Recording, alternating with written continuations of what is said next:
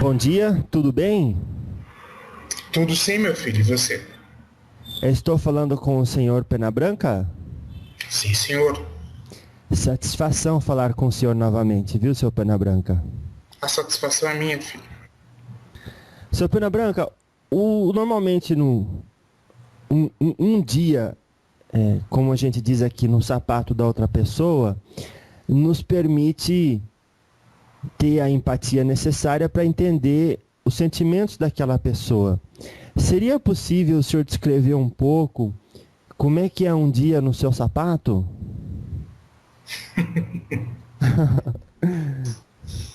Nós não usamos sapatos.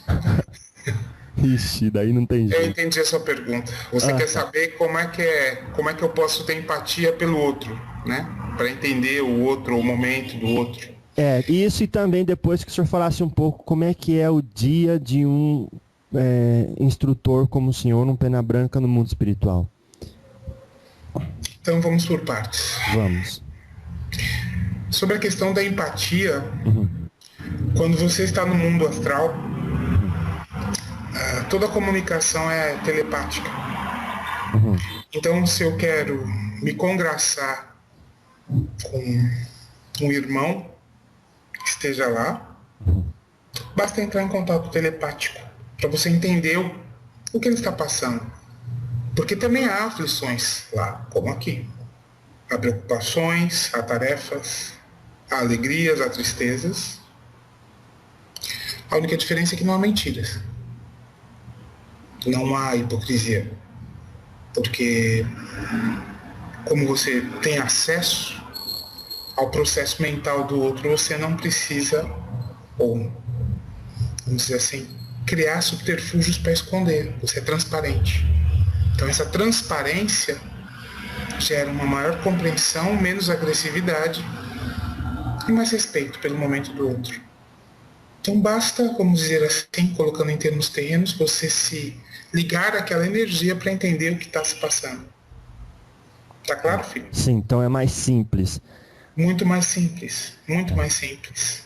E também lembre-se, os espíritos normalmente atuam por afinidade. Então você vai buscar aqueles espíritos com quem você tem mais afinidade, certo? Certo, certo. Para quê? Aí você vem a segunda pergunta. Como é que é o dia a dia? É. O dia a dia, vamos dizer assim, é de trabalho, o dia a dia é de planejamento, o dia a dia é de compartilhamento. Então, o que se faz? Dependendo da egrégora ao qual você está ligado, você pode atuar no plano espiritual, instruindo, recebendo pessoas, curando pessoas, fazendo conexões, se instruindo, buscando mais informações, buscando entender os outros planos de existência, em conexão com o plano terrestre, trabalhar mediunicamente com os filhos escolhidos, resgatar pessoas no umbral, resgatar espíritos sofredores que estão nas dimensões mais, vamos dizer assim, densas, trazer um pouco de esperança e de luz para as pessoas nesse plano que estão desesperançadas, atuar, vamos dizer assim, como um pronto-socorro espiritual disponível para aquelas pessoas que nos chamam. Então, se enganam aqueles que acham que o mundo espiritual é um idílio amoroso de anjos tocando suas harpas e fazendo nada o dia inteiro. Se trabalha muito. O espírito não dorme, mas o espírito descansa. Existe seu momento de meditação, existe seu momento de recolhimento, existe seu momento de limpeza de energias, existe seu momento de estar com os outros, existe o seu momento de estar consigo mesmo. Na verdade, filho, não é muito diferente do que existe aqui. Hum. Só que o grau de compreensão e, vamos dizer assim, de bem-querer, de amor, é maior. Então o senhor acha que, por exemplo, um médico terrestre quando vai para o mundo espiritual, ele tem que fazer tipo uma pós-graduação ou outro curso de medicina, só que espiritual, para lidar com as coisas daí, porque obviamente não é igual. O que existe, na verdade, é uma medicina energética. Uhum. Então, os conhecimentos que se devem adquirir são os conhecimentos da atuação da energia sobre o corpo astral, sobre o corpo mental, sobre até o próprio corpo físico. Já que esses médicos, se decidirem, poderão voltar a atuar na humanidade encarnada. Você mesmo, dentro da linha kardecista, tem várias equipes de médicos socorristas, não? Sim. Todos eles trabalham com o que chamamos de medicina energética. O que será a medicina do futuro? Do futuro, o senhor está olhando para quantos anos, mais ou menos? Olha a gente aqui pedindo previsão no tempo.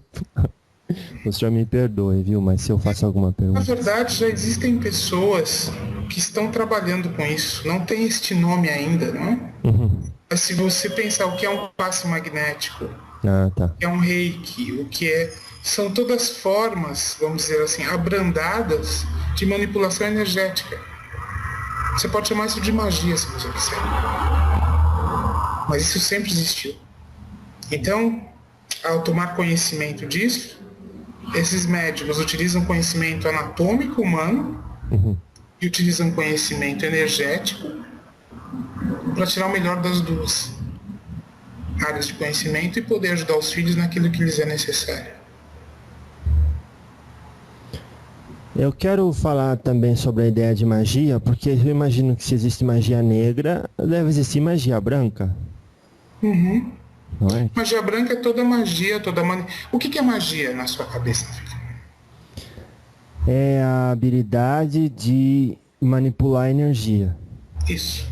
Você pode manipular a energia pro bem ou pro mal. Aí depende da sua intenção. Um pensamento negativo direcionado a uma pessoa é a pior magia negra que existe. É a pior macumba que existe. Você não precisa convocar nenhuma entidade umbralina para fazer um trabalho desses. Você mesmo faz em pensamento. Você pode, para algumas pessoas é necessário materializar aquilo. As pessoas precisam ver. Mas do ponto de vista energético, pensar em alguém desejando mal a essa pessoa é tão mal quanto fazer um trabalho e fazer, por exemplo, um despacho.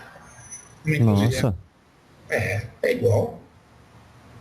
Porque a energia já existiu, a energia ruim já existiu. E vocês são assim. Quando você pensa em alguém com raiva, quando você pensa em alguém com despeito, quando você pensa em alguém de forma competitiva, quando você pensa em alguém de forma humilhante, quando você pensa em alguém de forma derogatória, tudo isso tem um efeito sobre, vamos dizer assim, o campo energético daquela pessoa. Essa pessoa está sendo vitimizada, atacada.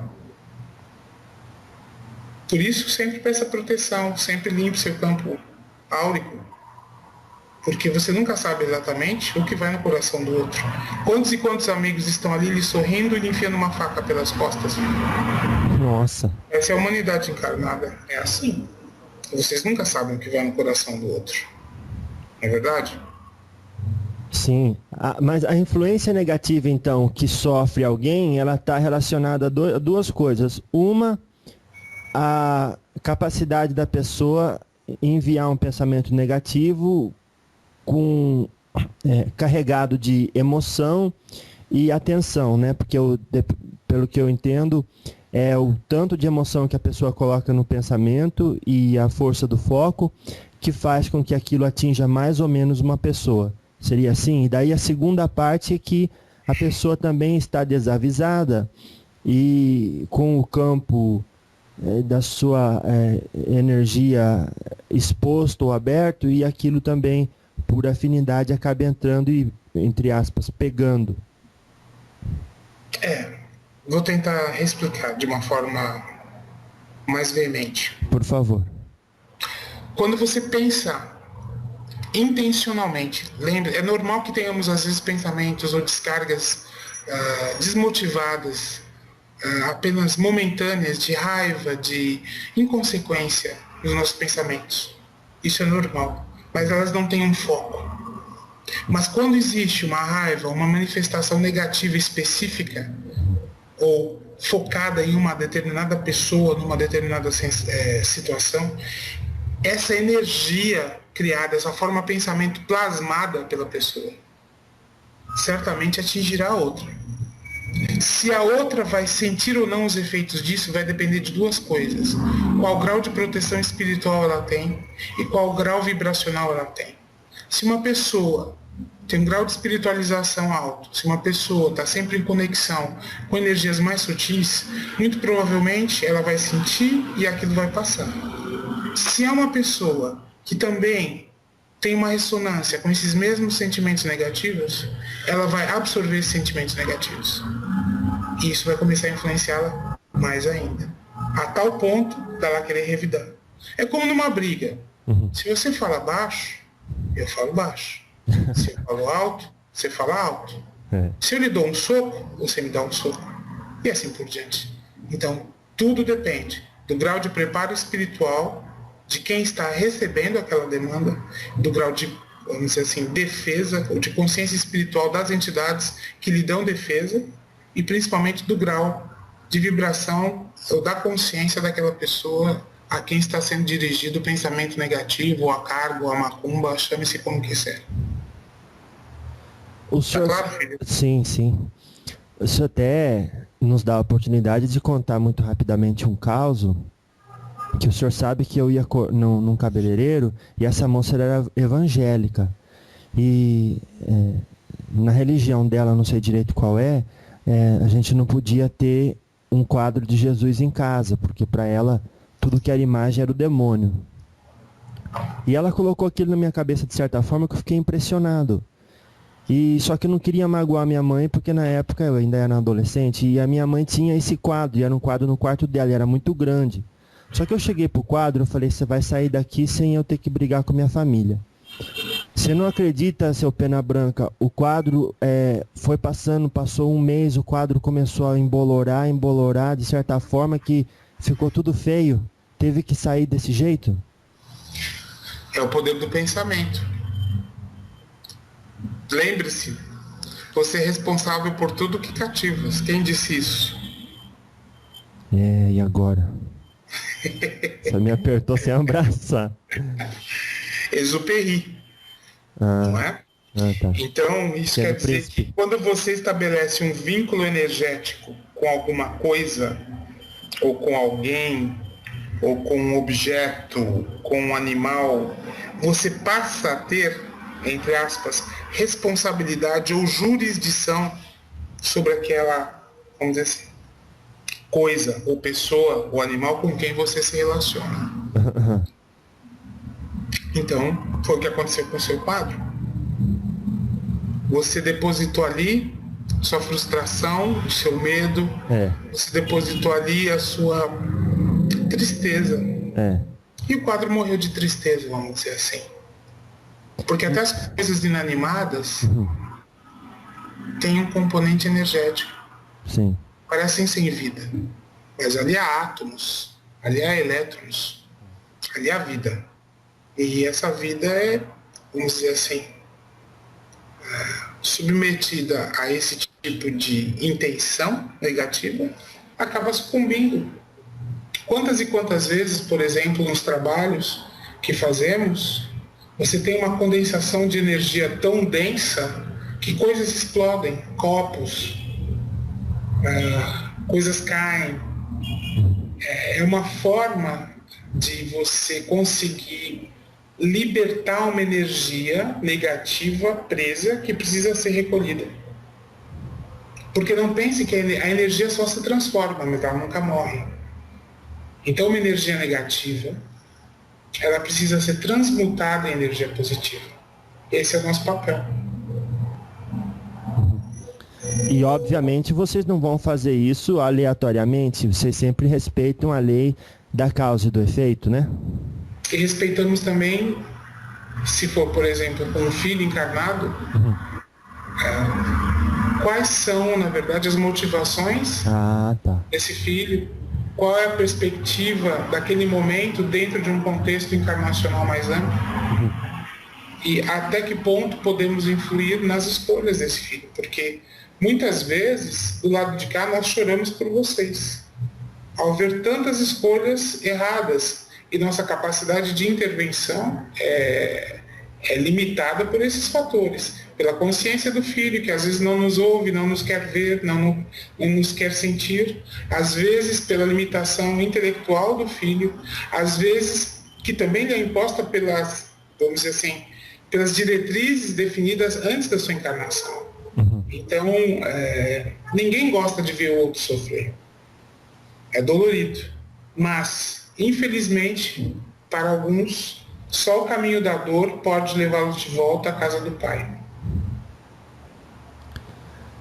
Porque quando eu lembro desse fato, desse evento, eu lembro que eu não duvidei quando eu falei, você vai sair daqui da minha casa, eu conversando com o quadro, foi muito divertido, você vai sair da minha casa de um jeito ou de outro. Eu não duvidei se alguma coisa ia acontecer ou não, também não falei, eu tive fé. Então, a fé também serve para tudo, né, no caso.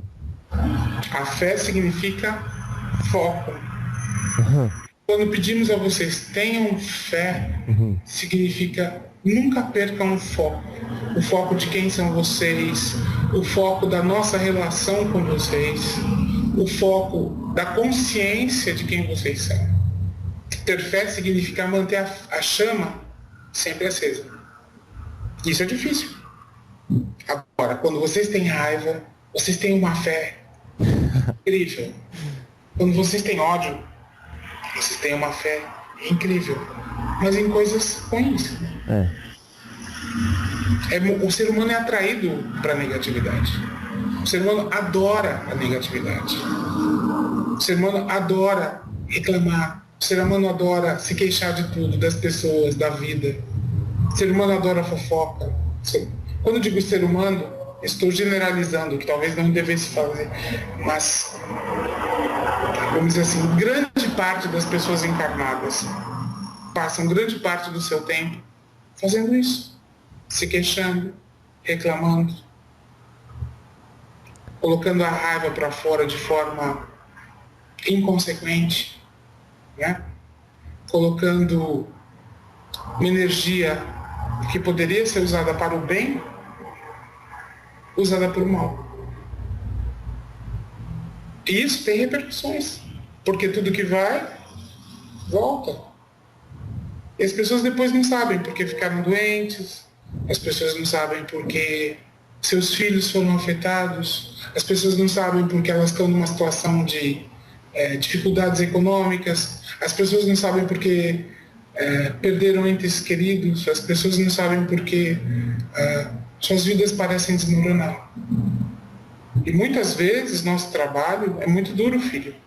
E quando uma pessoa chega até nós reclamando de todas essas questões que eu lhe falei, a vontade que temos é de dizer, você mesmo foi quem criou tudo isso.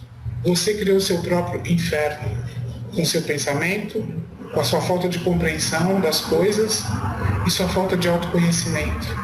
Então, a dor é a forma que a vida está lhe dando, pela sabedoria do Pai Eterno, fazer com que essas pessoas acordem e despertem. Alguns acordam, outros não. Vão continuar culpando sempre os outros pelas coisas que lhes são pertinentes. Ô, seu Pena Branca, tem essa terrestre que ensina o seguinte, e até parece ser pertinente nesse momento, que nós estamos mudando de frequência vibratória, em outras palavras, mudando para uma realidade paralela milhões de vezes por segundo. Isso está um pouco além do que eu me sentiria confortável em compreender. Mas, ainda tratando do nosso assunto, parece então que quando a gente sente ódio ou raiva, também a raiva e o ódio nos sente e vem nos procurar. Eu acho que o que eles querem dizer, me permita a minha interpretação comezinha, mas acho que o que eles querem dizer é que a capacidade de criação do seu cérebro, ou do seu projetor de energia, vamos dizer assim, porque é tudo lá que funciona, é infinita. A cada segundo você está pensando. Você está me ouvindo e está pensando. E esse pensamento pode ter 1.200 possibilidades de solução ou de encaminhamento. Então, o que eles querem dizer é que, ao pensar, você está escolhendo um caminho, você está abrindo um portal, você está escolhendo, digamos assim, a estrutura de vida que vai ser manifestada a seguir. E a gente não tem consciência disso, porque somos carneiros do sistema. Então, somos o quê? Carneiros do sistema. Ah, Seguimos sem pensar. tá. Achamos que nossos pensamentos são muito originais. Nossos pensamentos não são originais. Os verdadeiros pensamentos originais são os intuídos lá em cima e trazidos até vocês. Vocês sabem disso.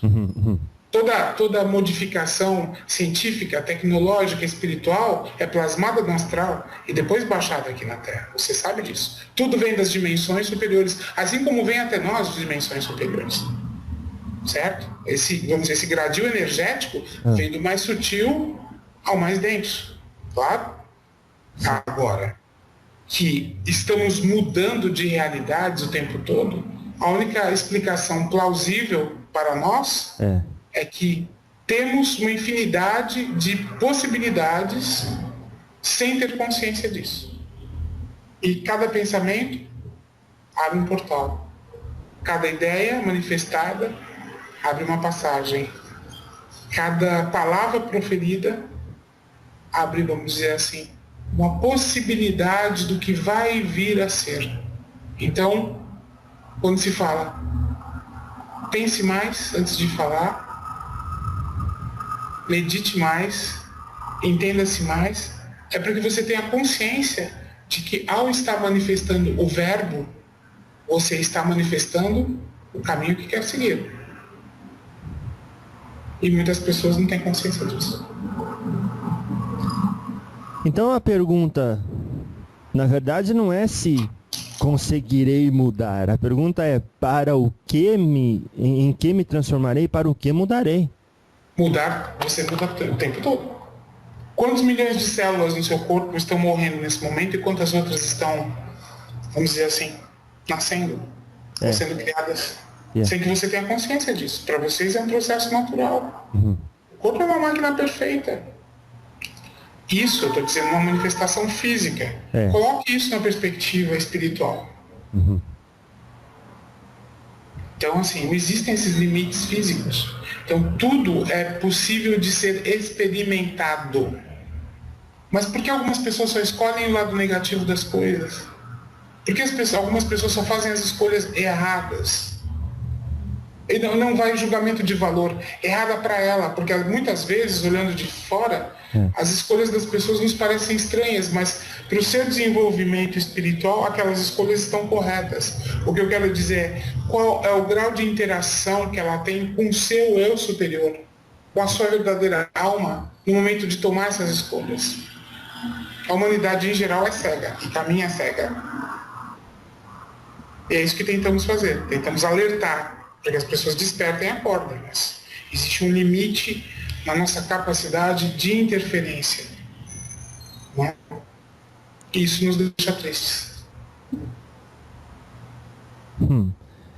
E então, quando a gente fala assim, bom, eu não consigo mudar. Quando você fala, eu não consigo mudar, você já mudou. Mudou para a mesma coisa. Você acaba de fechar uma porta. Quando você fala não, existem pessoas do não, você já percebeu? Você começa a falar não. Quando eu falo negativo, não significa necessariamente demoníaco ou infernal, porque muitas pessoas têm essa concepção de tudo que é negativo, é uma energia negra. Não.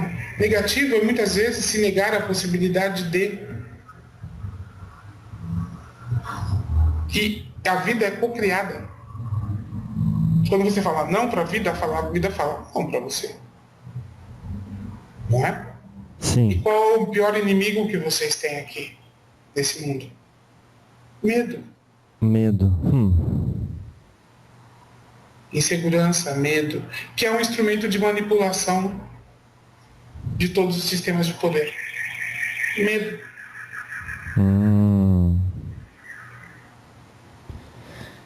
Então, é apenas uma ilusão pessoal, seja por condicionamento ou outras razões, que a pessoa acredita não ter mudado, né? Porque na verdade ela mudou, mas às vezes mudou para uma coisa tão parecida que não, e ela mantém aquela mudança constante para aquilo que já é, que ela não percebe que a mudança existe ou que ela tem a capacidade e está fazendo acontecer. As pessoas acham que mudança é necessariamente uma mudança de rumos total, abrupta e muitas vezes radical. E não é necessariamente assim. Às vezes é uma questão de mudança de consciência. Porque pensa assim, de 360 graus, se você mudar, vamos dizer que você esteja no ângulo 90. Se você estiver no ângulo, mudar para o ângulo 91, pode não significar uma grande mudança no momento. Mas se você projetar isso num grande círculo do tempo, na espiral do tempo, você vai estar num quadrante muito diferente de percepção e de energia depois de algum tempo. Porque o momento presente é um momento de projeção. Então, essa pequena mudança no presente, já falei isso com você algumas vezes, a história do efeito borboleta, mas um pequeno momento, uma pequena alteração nesse momento, na espiral do tempo, vai ter uma mudança muito grande. Mas as pessoas querem um espetáculo das grandes mudanças. Grandes mudanças exigem grandes recursos. Grandes mudanças exigem grandes planejamentos. Quantos de vocês têm os recursos e os planejamentos e a capacidade para fazer essas mudanças? Quantos querem arriscar? Quantos têm a coragem? Talvez essa seja a palavra. Quantos têm a coragem de realmente mudar? É tão bom me queixar dos mesmos problemas todos os dias. Do meu marido que não presta, do meu filho que não me atende, da minha esposa que me trai, do meu colega de trabalho que se sente superior a mim, do meu colega de centro que acha que as entidades dele são melhores que as minhas. Nossa, aí é foda. E por aí vai, filho. Então, o senhor, deixa eu ver se eu entendi. O senhor falou que certo e errado não existe até certo ponto, porque de repente a minha meta, ela pode ser diferente da sua. Então é natural que eu haja dessa forma, porque eu ainda estou num momento que de repente você já passou, e para você aquilo não serve mais. Mas eu ainda não vivi aquela experiência e não tenho esse conhecimento para dizer que aquilo não é bom. E você falando não vai servir. Então eu tenho que viver aquela experiência. Seria nesse sentido, então, que certo e errado não existe? Não é só do ponto de vista de vamos dizer assim, de maturidade experiencial, mas é que quando você traça seu projeto encarnacional, certas experiências que não fazem sentido para você, por ter ou não passado por elas, por ter ou não passado pelas adversidades que elas representam, para outras pessoas vão fazer todo sentido. Então não julgue, respeite. Porque, por exemplo, talvez uma coisa que possa clarificar melhor esse assunto. Vamos ver. Você não bebe. Eu não bebo. Não fuma, não usa drogas. É isso mesmo. Aí você tem um grande amigo seu que decide usar maconha, por exemplo. Que vamos citar um caso bem, bem comum. E você tem duas formas de lidar com isso. Você vai chegar para o seu amigo e pode falar para ele: meu amigo, eu não acho isso bom, porque isso pode afetar a sua saúde, física, mental. Causa dependência. E ele te ouve e continua fumando maconha. E aí você tem duas atitudes. Você continua sendo amigo dele, ou você simplesmente acha que ele não presta, que ele não merece a sua atenção, que ele está no caminho errado, está desviado. Aos seus olhos, qual que é a melhor postura? Eu diria, enquanto você estiver ligado a esse tipo de comportamento, eu não compartilharei os momentos com você. não quer dizer que eu vou perder a amizade. Só que, olha, enquanto você está fumando, não fale comigo, não me... Agora, parou, terminou isso, pode vir aqui, vamos assistir filme, atividades. Eu sou assim, sabe, seu Pena Branca, o senhor me conhece por aí. Eu divido o momento e a atividade com as pessoas que estão na mesma sintonia que eu. Eu não vou perder a amizade dele só porque ele está fazendo isso. Pois é. Mas normalmente é o que as pessoas fazem. Eles falam assim, viu? Falam. Riem. Ridículo. Zombam. Realmente. Massacram. E ameaça. Será que filho, aquela experiência não é importante? Quem são vocês para julgarem? Então. Será que esse filho que fuma a maconha é muito diferente daquele amigo com quem você partilha meia dúzia de cervejas no final de semana, no churrasco? E dirige. Será que ele é muito diferente daquele seu amigo que faz sexo com 300 pessoas num final de semana? Será que ele é muito diferente da dona de casa, supostamente uma mãe amantíssima? Simplesmente destrói a vida dos filhos por falta de compreensão? Será que ele é... Então, não julguem.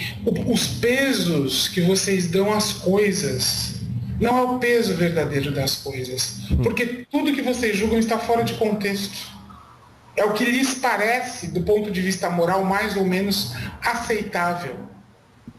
Mas do ponto de vista de crescimento espiritual, talvez um bandido tenha muito mais valor que uma dona de casa aparentemente perfeita. As pessoas vão me criticar por falar isso, mas é a pura verdade. Não, sim. Mas o senhor sabe que um espírita, ele entende que a caridade, segundo entendia Jesus, é a benevolência para com todos e a indulgência para com as imperfeições alheias e o perdão. Então nós podemos aqui entrar de acordo, seu Pena Branca, que nenhum espírita faria isso? Será? Será? Não, mas eu Responda por si mesmo, já. Não, mas eu digo, estaria fazendo contra o próprio entendimento, né? Você estaria sendo hipócrita. Nós temos um mestre muito, muito sábio. Muito sábio, que já viveu muitos milênios, em muitos planetas, em muitas estrelas, em muitas vidas diferentes das nossas. Ele diz: o que mata a humanidade é a hipocrisia. Porque o papel aceita tudo. Então, pior ser hipócrita. Melhor ser bandido, drogado, o que vocês quiserem ou acharem reprovável do ponto de vista social, do que ser um hipócrita. Lide com a verdade como ela é. Não escamoteie a verdade, não tape o sol com a peneira. Talvez essa seja a importante lição que vocês ainda não aprenderam. Porque quando vocês começarem a se olhar no espelho e verem a verdade atrás da aparência, vocês vão ver que a verdade é muito maior e muito mais abrangente. E vão se condenar, vão se sentir mal por terem julgado tantas pessoas sobre as quais vocês realmente não tinham nenhum conhecimento. E esquecer de olhar a própria vida. Sim. Verdade. Então, às vezes, porque se diz também no Espiritismo que aquele que mais tem, mais será cobrado. E aí então cai nessa máxima que o senhor falou da hipocrisia. Sim. Se você tem mais consciência, e aí consciência em todos os níveis, consciência social, consciência espiritual, consciência energética, você tem maior responsabilidade. Claro. É nesse sentido que será mais cobrado. Porque se você entende mais, você tem que saber julgar menos. Então. Esse é o verdadeiro amor incondicional. Esse é o amor crístico que vocês tanto defendem. Nossa. O amor crístico, o amor incondicional. Mas vocês são os primeiros a apontarem os dedos. Tem uma outra máxima que diz que fora da caridade não há salvação. Considerando que a caridade são esses 3 pontos que eu falei, benevolência para com todos, indulgência para com as imperfeições alheias e perdão, a gente entende que mais ou menos o que quer dizer essa frase. Só que aí, onde a gente cai na história de salvação, eu gostaria de entender um pouco o ponto de vista da parte do senhor. O que seria salvação? Existe, então, a necessidade de ser salvo se somos espíritos que não regridem? Vamos dizer, a igreja manipulou esse termo politicamente para tirar benefícios disso, certo? Do ponto de vista espiritual, ser salvo significa poder ter a compreensão sobre a sua totalidade, poder interagir com o seu eu superior, entender a sua alma, entender a si mesmo. Porque quando você entende a si mesmo, você tem o amor crístico. Ele está plantado em vocês, todos. Alguns esqueceram, alguns apagaram, mas ele está lá. E a única forma de resgate, o salvamento, ou salvação, é você se conhecer, é você entender quem você é você entender seu papel no mundo, entender seus ciclos kármicos, entender o que você está fazendo, qual a sua participação, a sua humilde participação nesse mundo. E isso é salvação. Isso é ascensão. É a palavra em voga agora. Precisamos ascender. Tem todos a mesma conotação para mim. Significa voltar à origem, voltar à casa do Senhor, voltar todas essas metáforas de recolhimento, é se entender. E nunca a humanidade esteve tão perdida de valores, de rumos. É quase que risível o grau de desinformação. Quanto mais informação se disponibiliza, mais desinformadas as pessoas ficam. Você já percebeu isso, João? Já.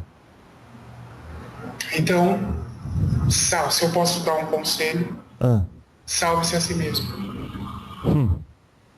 A grande caridade que você pode fazer para o universo é não julgar o outro e salvar-se a si mesmo. Como? Autoconhecimento. Não julgando, entendendo. Praticando o bem significa não fazendo o mal. Buscar uma neutralidade contemplativa com várias das histórias, não ressoar, não ter ressonância com histórias negativas, não ter ressonância com medo, não ter ressonância com a angústia do mundo moderno. Olhar tudo isso com um certo distanciamento.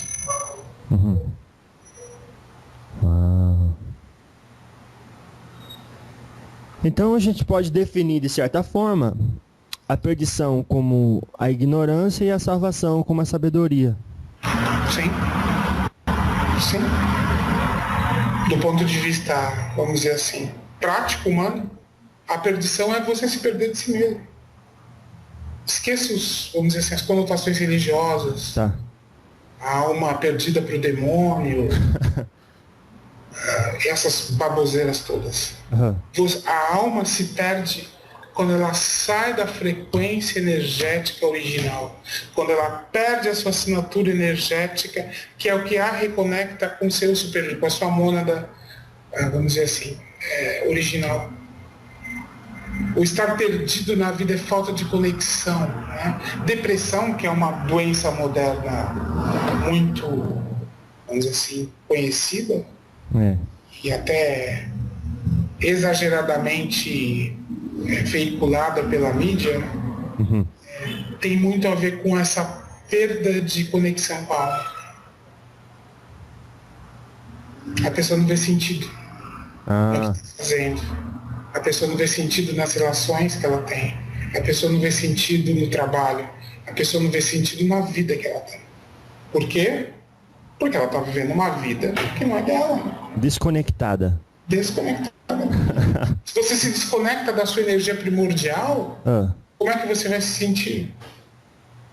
Sem energia. Qual é o principal efeito da depressão nas pessoas? A falta de energia. Não tem energia para nada. E não tem motivação também, né? Não. Muitas vezes a vida sabiamente está dizendo para essas pessoas, está dando um tempo para que essas pessoas possam se reciclar. Às vezes o processo depressivo não é ruim. Às vezes o processo depressivo é um momento necessário para se reencontrar. Com orientação correta e com menos medicação, essas pessoas podem sair muito melhores desse processo depressivo. E também as pessoas confundem depressão com tristeza. É normal ficar triste pela perda de um ente querido, pela perda de um trabalho, por uma separação, pelas mazelas do mundo. Essas tristezas são as tristezas da humanidade. Natural. Fazem parte da tua vida. Isso não tem como. E é normal você se sentir triste por isso. Mas as pessoas esquecem, perderam a noção de tristeza. Quase ninguém mais fala tristeza. Tudo é depressão. Estou deprimido. Nossa. Estou triste. Estou triste. Então, vamos colocar os pingos nos is. Tristeza é uma coisa. Depressão é outra, muito mais séria, com consequências muito mais significativas. A tristeza se cura com o passar dos dias e com a alegria. Porque se a tristeza, a alegria. Depressão não se cura com alegria. Eu aprendi, seu Pena Branca, com alguns mestres ascensionados, segundo eles mesmo se autodenominam, e tem a ver com isso que o senhor falou, que nós temos, antes da ação, vem o nosso, primeiramente, como uma cadeia, assim, um prédio, uma hierarquia, o senso de identidade, depois temos os nossos pensamentos, depois temos as nossas emoções e depois temos as nossas ações. Então, é preciso que sempre começa de cima para baixo, inclusive o senhor falou isso no começo do nosso diálogo hoje.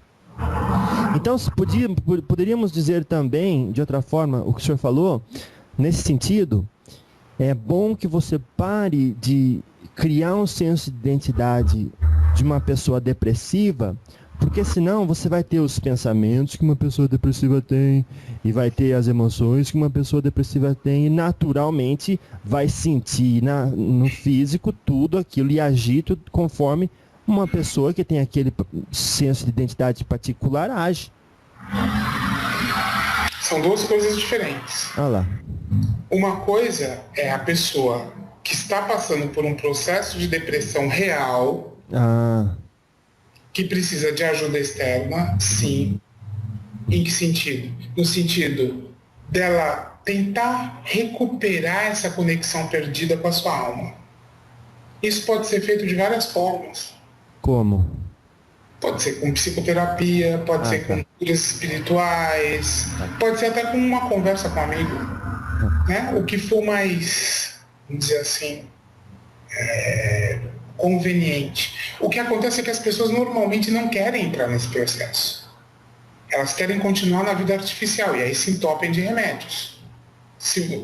O que a indústria farmacêutica ganha de dinheiro com antidepressivos poderia provavelmente alimentar a humanidade durante um século. Vá atrás dessa informação. O quanto se vende de medicação antidepressiva no mundo hoje, certo? Então, existem os casos verdadeiros de depressão, que podem ser encaminhados de uma forma positiva. E nesses casos específicos, não é a pessoa que engendrou a situação da depressão, mas foram as escolhas que ela fez antes a falta de contato consigo mesma, a falta de, vamos dizer assim, transparência de alma, todos esses fatores confluíram para que ela tivesse um processo depressivo, porque ela se distanciou de si mesma. Certo? Isso está claro? Sim.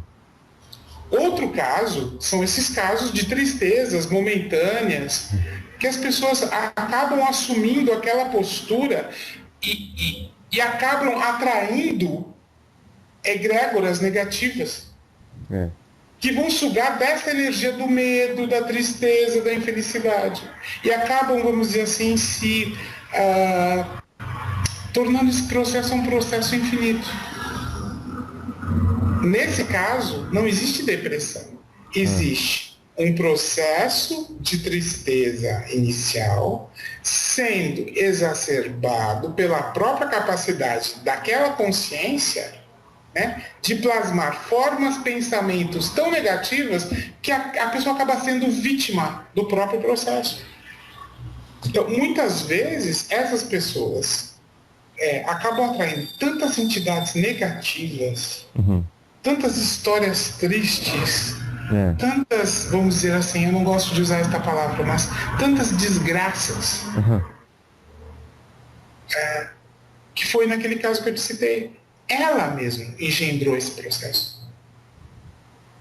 E muitas vezes essas pessoas, quando vão nos procurar, elas não querem ouvir isso. Elas sempre preferem dizer, olha, isso aconteceu porque alguém jogou uma macumba em mim. Isso aconteceu porque fulano tem inveja. Isso aconteceu porque... E na verdade não é nada disso. Na verdade, o que acontece é que a pessoa, por afinidade energética, e você vai entender isso claramente, acaba atraindo para si um monte de lixo. E se perde no meio daquele lixo, né, gente? Isso não tem nada a ver com o processo depressivo, que é um processo diferente. Tá clara a diferença? Sim, por isso o senhor falou, são duas coisas. Nessa última, a pessoa se identifica com aquilo. Exato. E por processo pela própria lei da afinidade, acaba vivendo a experiência que lhe cabe. Se ela não tem consciência, ela vai se juntar lixo até ela virar lixo. Essa expressão é muito correta. Existe lixo humano, sim. Não, e isso não tem a ver com o nível social. Isso tem a ver com a capacidade... se você olhar a aura dessas pessoas, elas estão praticamente mortas. Elas não têm brilho. Porque elas estão tão sugadas energeticamente pelo processo que elas mesmas engendraram, que você não vê mais luz. Você vê uma luz pálida, uma luz esmaecida, amarela. Não tem vida. E eventualmente acabam desenvolvendo doenças, e eventualmente acabam atraindo situações ainda mais difíceis. Aqueles casos de histórias tristes, né, filho? Uma história triste que puxa outra, que puxa outra, que puxa outra. Né? Às vezes... Então, assim, policiai os pensamentos. Vocês kardecistas são muito bons para dizer isso. Sim. Vigiar e policiar os pensamentos. Orar. Mas é mais fácil falar do que fazer, não? Mais fácil. Ensinar é fácil. A gente tem que ensinar com os próprios exemplos, né? A gente luta para fazer isso. Isso, exato. Você tem que ser Cristo. Não é seguir Cristo. Cristo não veio aqui para ser guru de ninguém. Cristo veio aqui para dizer assim, vocês podem viver assim. Vivam assim. Eu sou só mais um. Lógico que ele não era mais um. Lógico que ele veio dentro de um processo avatárico importante para o planeta. Mas ele não queria uma legião de seguidores. Se você quiser vir comigo, você vem. Mas seja você seu próprio Cristo. Pare de procurar gurus, santos. Não é que eles não tenham valor. Eles têm valor para te dar consciência, mas a vida é sua, não é deles. Toque a sua vida. Siga o seu caminho. Ninguém vai viver sua vida por você. Muitas pessoas passam a vida toda se dedicando a outros.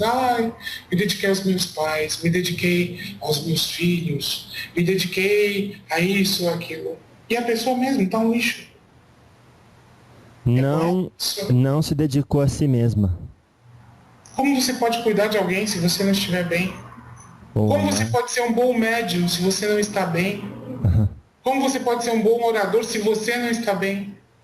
Como você pode escrever bem se você não entende, nem se entende? Tudo parte de você. Isso não é egoísmo, é consciência. É a consciência crística que existe em cada um. A tua capacidade de co-criar como Deus. Porque esse é o nosso caminho, filho. Deuses em criação. Eu gosto muito dessa frase. Nós estamos nos tornando deuses.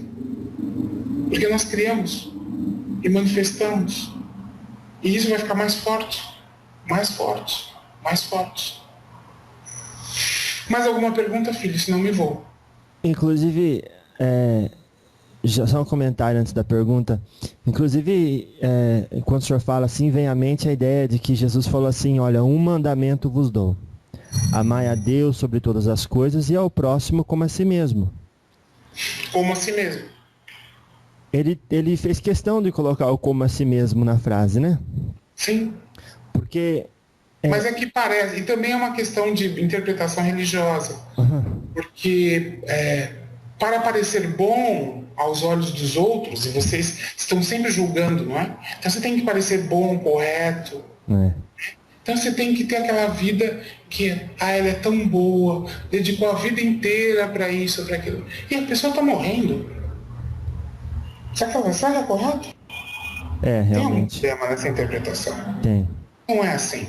Sim, ajudar sim. No que eu posso.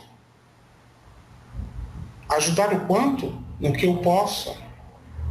E primeiro se perguntar, eu realmente posso ajudar? Será que eu devo ajudar?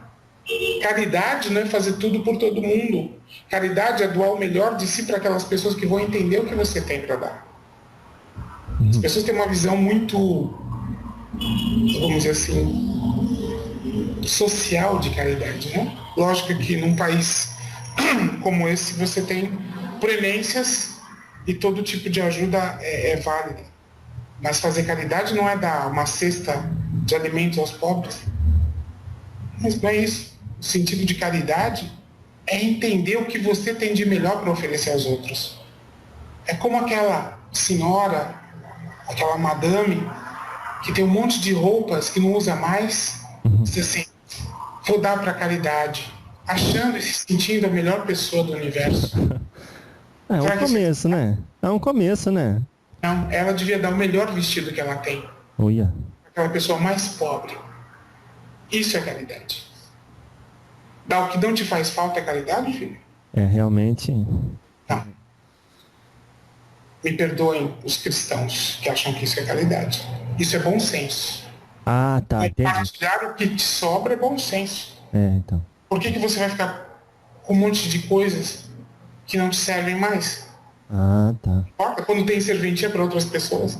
Nossa. Isso é bom senso.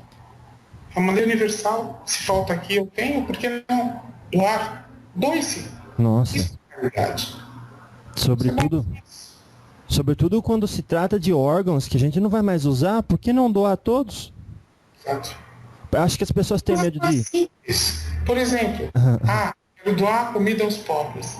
Aí ela vai lá, vê o que está sobrando e ela faz daquele arroz velho, aquele feijão já com bichinhos, aquela carne que já está quase podre. Ela fala, nossa, eu dei um monte de comida para caridade. Isso é caridade? Não, caridade é no mercado e comprar o melhor arroz, o melhor feijão, a melhor carne e doar para quem realmente precisa. Isso é caridade. É dar roupa, não é aquela roupa velha, é a roupa que você usa e que é boa e é bonita e você vai dar para a pessoa que precisa. É dar aquele sapato novo que você tem. E você está tirando aquilo que te é de melhor para doar para o outro. Isso é caridade. Não é dar aquilo que não te serve mais. Doar o que não te serve mais é bom senso, filho. Assim, mais alguma pergunta, filho? Doar o que tem de melhor seria então, no fundo, a gente não dirigir, na verdade, os nossos esforços para as coisas materiais, porque notavelmente não conseguiríamos resolver o problema na raiz. Então, de repente, doar o melhor, a melhor caridade seria, então, fazer realmente aquilo que Jesus falou, né? Amar a Deus sobre todas as coisas, o próximo como a si mesmo. E quando você se ama, você se melhora, você se torna uma luz na humanidade de escuridão, onde outros à sua volta são capazes de ver mais a distância e compreendendo a si mesmo, no reflexo que você está proporcionando a ele, ele também consegue se virar ou então acender a própria luz. Não seria isso, então, a maior caridade? Exemplos são importantes, filho, mas a maior caridade que eu digo é, se for, por exemplo, no que você é bom, no que você se acha bom, qual o seu caminho? Você se acha um bom orador, você sabe conversar, você sabe orientar? Então, fazer caridade para você é doar o melhor, o que você tem de melhor, que é saber orientar as pessoas. Sim, claro. Então, isso é seu melhor, essa é a sua caridade. É doar o melhor de si, não o resto. Se eu sou, não sei, um bom cozinheiro, o que eu posso fazer? Eu vou fazer a melhor comida que eu sei e vou doar isso. Se eu sou um cientista, eu vou fazer o melhor experimento e vou doar isso. Cada um tem um caminho na vida e cada um sabe o que é o seu melhor. O que eu estou dizendo é, sim, exemplos são importantes, mas caridade não vem de exemplo. Caridade vem do ato consciente de querer doar o que é o melhor de si. Ah, sim, aí sim. Porque eu falo assim, porque tem gente que vai ouvir e às vezes vai ficar triste agora e não vai mais doar as coisas. Se tá seguindo no coração... Continue fazendo, continue fazendo a doação da cesta de comida, da roupa que não te serve, mas isso não é caridade. É bom senso. Isso é bom senso. É o mínimo, né? Muito pelo contrário, filho. Tem muita gente que precisa. O país é tão pobre, às vezes, para algumas pessoas, que tudo é necessário. Sim. Não é? Isso é uma questão até de consciência social mesmo. Que muitas pessoas também não têm. Não é? Mas o que eu estou lhe dizendo é, caridade é doar o que você tem de melhor. Não o que lhe está sobrando. Bom, a última pergunta que eu tinha é o seguinte, só trazendo um pouco a memória ao nosso saudoso pai Joaquim, que falou que existe um tripé que constitui uma vida equilibrada, que se trata da fé, do amor e do trabalho. O senhor concorda com essa definição dele? Sim. Muito bom. E, e tem a ver, né, com o que a gente falou. Fé, amor e trabalho. Na verdade, esse triângulo se transforma num fluxo de energia. Não é? O amor, vamos dizer assim, é a energia que deve sustentar tudo.